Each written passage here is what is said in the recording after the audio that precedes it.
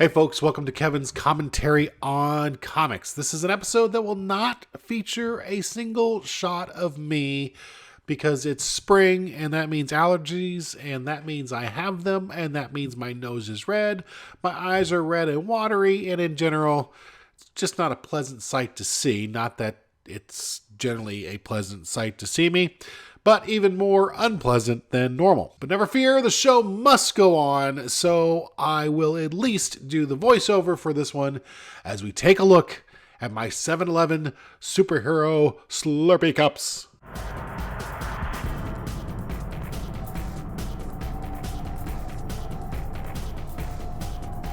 Now, before we dip into the cups, I wanted to give you a quick update on last week's unboxing of sorts of the first box from the Marvel Collector Core produced by Funko. Now, as I said at the end of that, I wasn't sure how long I would continue to get these things, as it, basically didn't seem like I wanted to get a bunch of stuff that more than likely I wouldn't buy on my own. Well, I think maybe Funko heard me because I got an email from them saying they had canceled my auto pay subscription that I had set up for these. For some reason, they had some issue and they had to cancel those accounts, and they said they would send me an email once the next box was ready. Well, now I got to think about it. Got the first one, kind of cool, but overall not that exciting. So instead of, if it was an automatic deduction and it was going to happen, I would have definitely gotten the next one for sure. Now they've got me thinking about it. Probably not a good move on Funko's part to keep people interested. Because again, when it's kind of out of sight, out of mind, you're just going to let that thing roll and get that box and pay that $30 regardless of what you thought of the first one. I think I definitely would have let it roll for at least one more, but now I'm going to have to think about it. I'll keep you posted. All right, enough with that. Let's go on to these Slurpee Cups. Now, back in the mid-70s, 7-Eleven stores were perhaps the one and only place you could get comics. But not only that, you could get 7-Eleven superhero Slurpee Cups. Now, when I was big on getting comic collectible stuff on eBay, Slurpee Cups were some of the first things I got. Mainly because they were relatively cheap, and I could get 3 to 6 of them maybe in one auction. So I have about 20 or so, I think, and in honor of Avengers Age of Ultron debuting this past weekend, and no, I have not seen it yet because I have been down for the count with these allergies, let's take a look at a few of my Avengers-related cups. First off is the man himself, Captain America.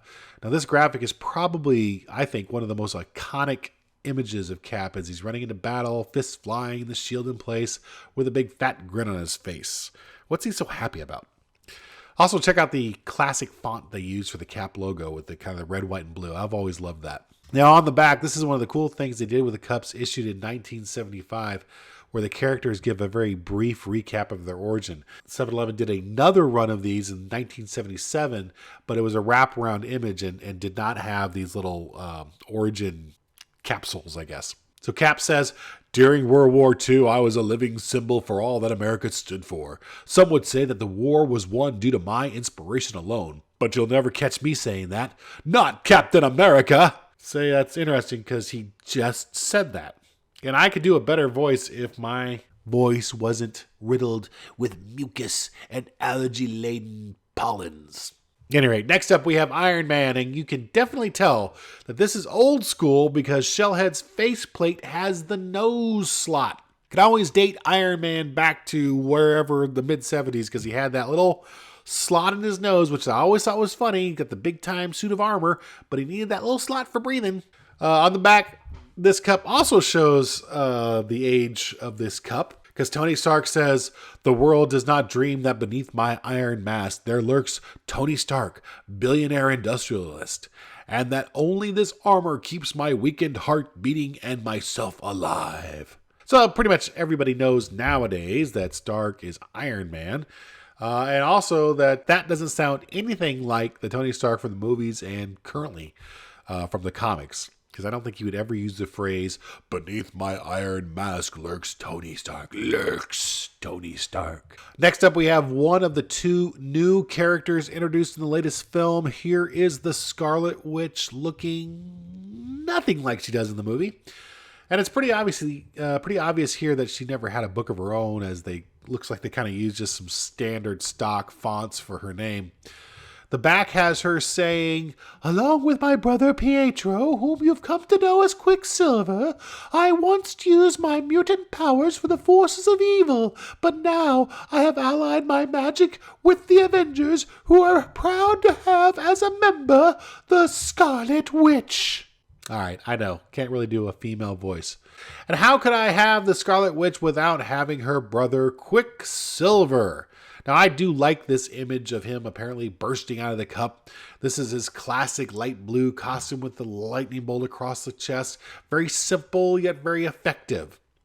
On the back, he is stating, "Once, as a misguided youth, I fought against mankind. It took the X-Men and the Avengers to convince me that I, Pietro, should devote my super speed to aid man's salvation and not his downfall." The only problem with this statement is I don't really think the Avengers had anything to do with Quicksilver becoming a good guy, other than to let the press know they were looking for replacement members after Iron Man, Thor, and Wasp and Giant Man left the team.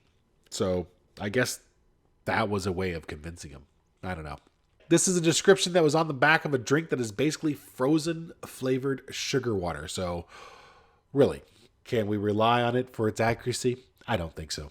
So, hey, you know what, folks? That's it for today. I've got more of these. Don't worry. We'll talk about them next time. Hopefully, I will be able to be on camera and my voice sounding better than it does now. What about you? Did you, by any chance, get the 7-Eleven Slurpee Cups? Did you get them off of eBay? Or do you actually have some that you bought back in the 1970s when you were a kid?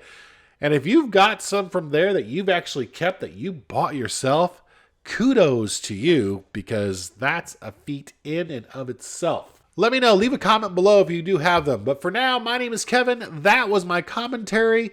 Hit that subscribe button.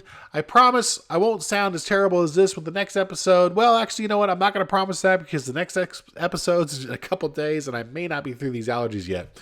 But at any rate, leave a comment, hit the subscribe button, and we'll talk to you later. Thanks. Bye.